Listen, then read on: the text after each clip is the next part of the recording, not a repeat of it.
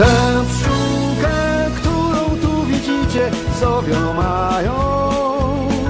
Wszyscy Maję znają i kochają. Maja fruwa tu i tam, świat swój pokazując nam. Dziś spotkała nas maleńka zwinna pszczółka Maja. Śmiała, sprytna, rezolutna Maja. Mała przyjaciółka Maja. Maju, Maju, Maju, Maju, Maju.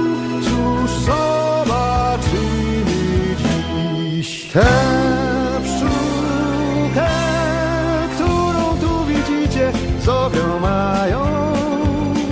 Wszyscy Maję znają i kochają. Maja fruwa tu i tam, świat swój pokazując nam. Dziś spotkała nas maleńka zwinna pszczółka Maja. Śmiała, sprytna, rezolutna Maja. Mała przyjaciółka Maja.